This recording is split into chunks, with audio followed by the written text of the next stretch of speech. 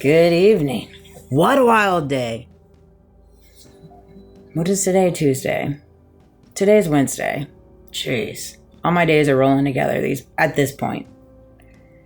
Golly, Candace's episode. My goodness. You know, when you've seen so much deception, so much evil, so many lies, so many illusions and just things that don't make sense in your life, when you've been subjected to that unwillingly, you're like, I mean, who would sign up for that? But when you have for many, many years, you just pick up on things and people and how they speak, how they articulate, their mannerisms, their gesture, conversations, just everything, their aura. You just do. And when it comes to Erica, you know, when Candace played her talking about that night before he passed away, there were so many things that came to me immediately. You know, clues, outside of the clue that Candace picked out, you know. And generally speaking, for me personally, when somebody is sharing a story, they don't go into grave detail. Like, they turn down the temperature to make sure it's cozy for you. It's a little extra. Like, I'm an amazing person. Then I thought about that. Like, it's just, it's so forced in different ways. It just is. You know, I've seen so much of that in my life where people have forced themselves into my life and played particular parts in my life, and they have forced themselves into my life as if they're like a good person. They're a good person. And 99% of the time, it hasn't come to fruition in reference to that. In hindsight 2020, yeah, I couldn't agree with that more. A lot of the different dots that I've connected have been after the fact, that I removed myself from the handless, where I replayed conversations, I replayed circumstances, I replayed synchronicities, I replayed a lot. And because I have a very keen memory, but there's a lot of things I don't remember, but the things that I do remember are crazy. And it's been hard for me. It's been hard for me to unpack it, because I ultimately do love these people. I will forever love them.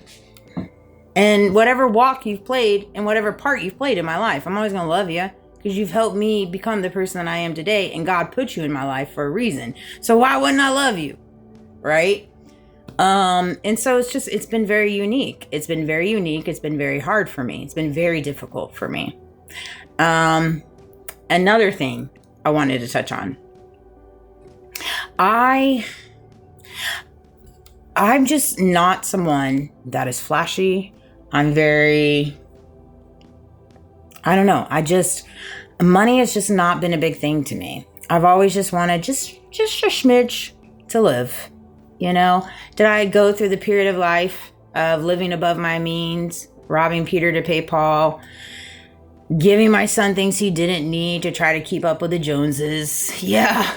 You know, of course, I went through the battle of my addiction, you know, so yeah, there's all kinds of different facets of that, you know, and everything in my life that has resorted to negativity and evil and deception, whether that be that I've put on myself because I was broken, I was unhealed, or things that I've allowed the world to place on me because I was broken or unhealed, has always been stemmed from money.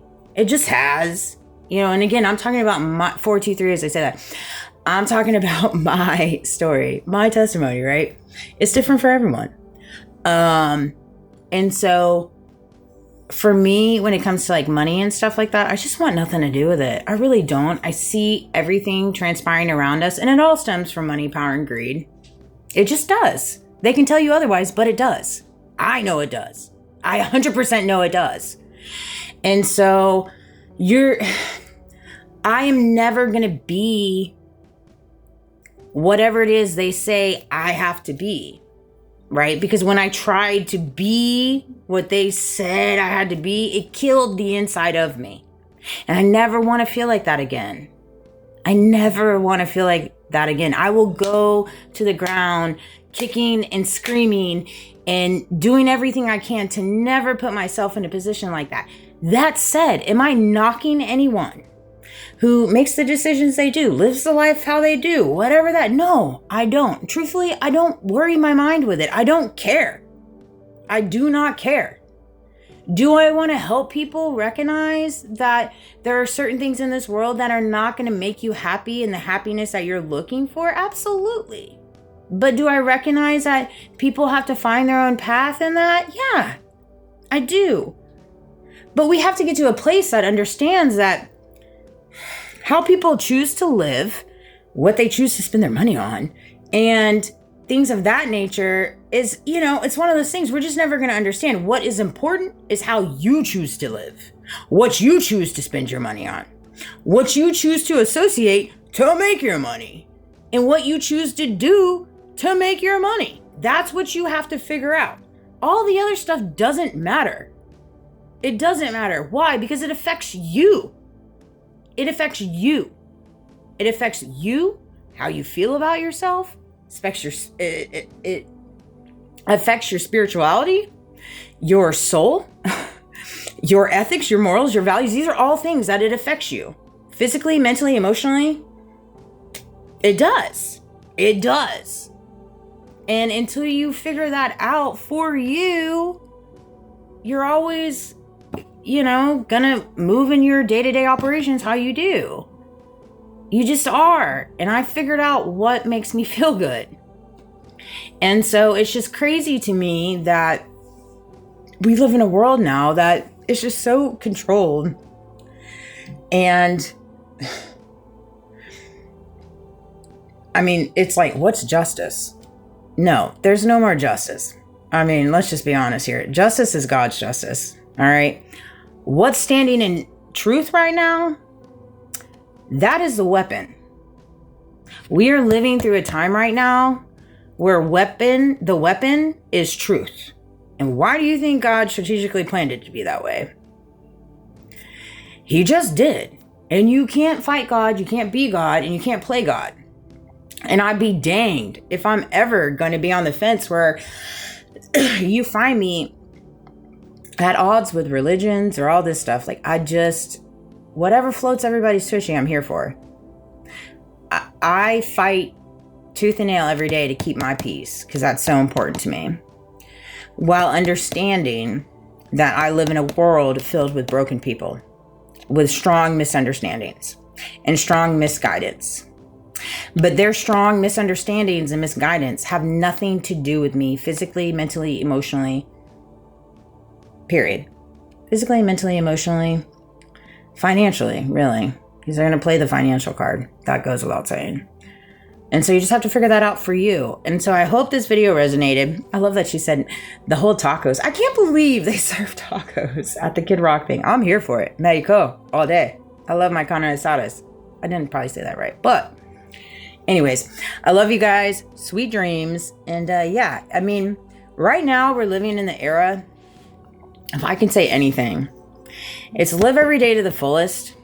Live every moment to the fullest. Enjoy your time with your family. Be proud of what you did that day. And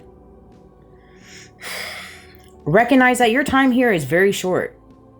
And when you go down, whatever that day looks like for you, because we all go to the same place, you're going to want to look back and look at your time here on earth and be proud of what you did and what you stood on. And that's kind of the era we're on. That's the trajectory. And so it's one of those things. We just gonna have to walk it out. Yeah, walk it out with your faith, with your spirituality, with love for yourself, with love for your God. I often wonder what God it is that they represent. I'm struggling to figure that out at all. I'm like, who is your God again? Let me know. Let me know and circle back. I think it's comical that you have good people in this world that say they're good people, but they do the worst things in the world.